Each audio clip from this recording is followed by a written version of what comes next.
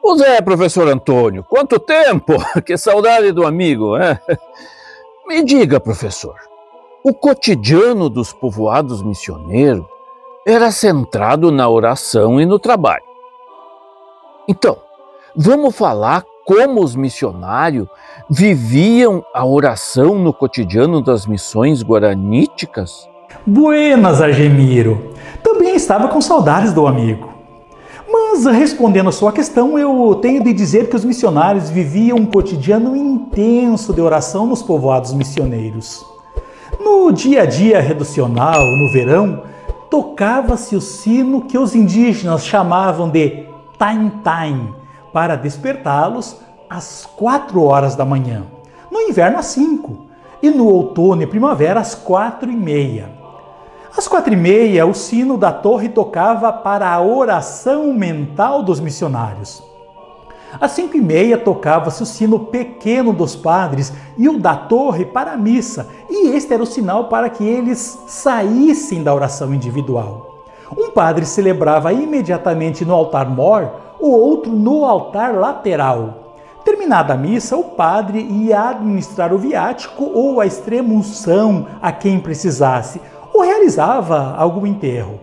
Depois disso, rezavam-se as horas menores, confessavam seus enfermos e os sãos na igreja. Às 10h15 havia o exame, depois o almoço, repouso ou conversa com o sino marcando a saída da atividade. A sua sesta ia até às 14 horas, quando era tocado o sino grande para as vésperas. Às 17 horas, as crianças rezavam e um padre as questionava sobre a doutrina. Terminada a atividade, o sino grande tocava para o terço. O povo se reunia e rezava-se em coros, com a presença dos padres. No final, recitava-se o ato de contrição e os músicos cantavam o bendito e louvado, com o povo respondendo a cada invocação, um dia em sua língua e outro em castelhano. Feito isso, os padres retornavam para rezar o ofício, após realizar algum ministério como confissões de enfermos ou viático. Depois, dedicavam-se à leitura espiritual até o jantar, marcado para as 19 horas no verão e 20 no inverno. Em seguida havia repouso, leitura dos pontos para a oração e recolhimento às 21 horas.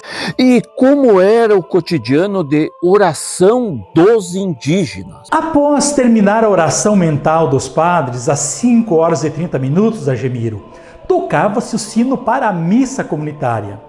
Ao ouvir o sino 15 minutos depois de tocar para os padres se levantarem, soavam na praça os tamborins dos meninos e seus alcaides ou maiordomos, espalhados pelas ruas, e eles começavam a gritar: "Irmãos, já é hora de levantar, já tocou para a oração, envie logo seus filhos e filhas para rezar e se encomendar a Deus. Não sejam preguiçosos e dorminhocos, que venham à igreja ouvir a missa para que Deus abençoe os trabalhos do dia."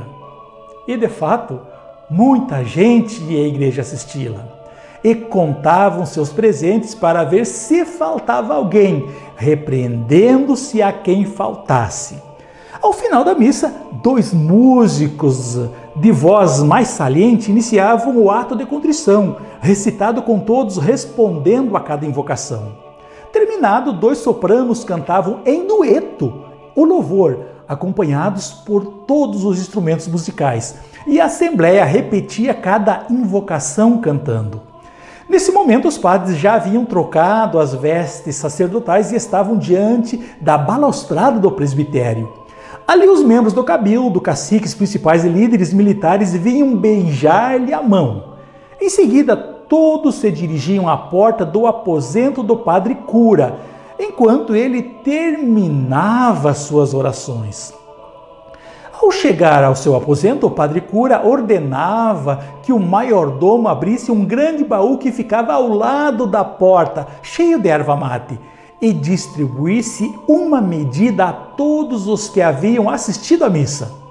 O corregedor consultava o cura sobre as tarefas do dia, caso não tivessem sido planejadas antes, e seguindo suas ordens, cada um partia para suas obrigações, primeiro passando por suas casas para tomar o seu mate, assim como faz o amigo Argemiro.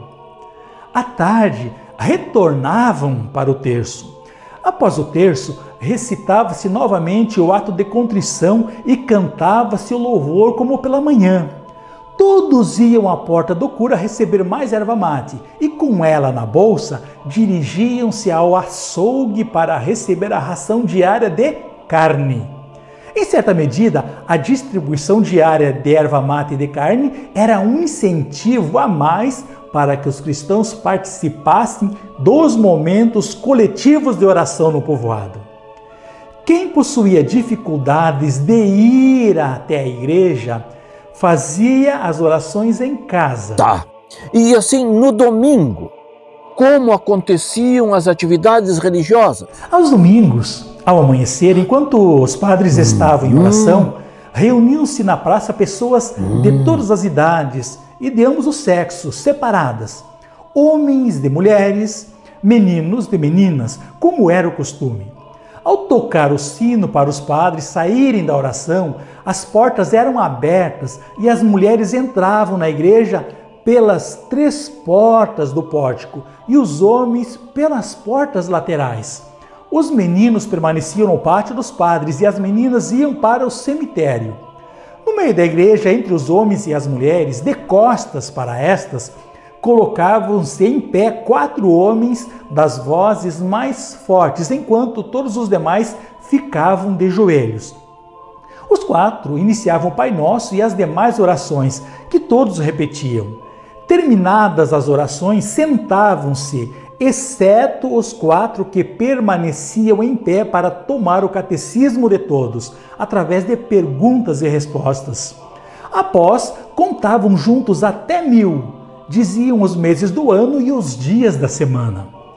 Depois de tudo isso, o padre fazia uma prédica, vestia-se com uma capa vistosa e aspergia os presentes, acompanhado dos acólitos com o aspersório de água benta e o isope, ambos de prata, com música solene.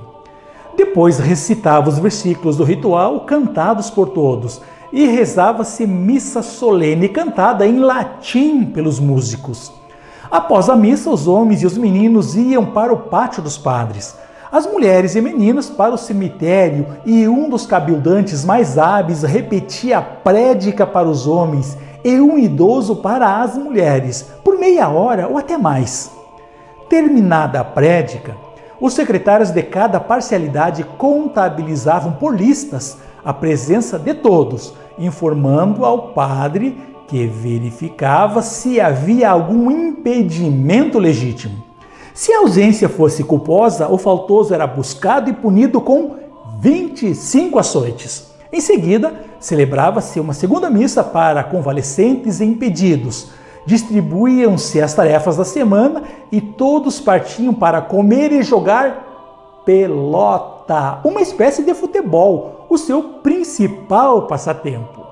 Espero que tenhas gostado do assunto tratado nesse episódio. No próximo continuaremos conversando sobre a piedade reducional, falando das procissões de sangue. Água de EFT. Obrigado.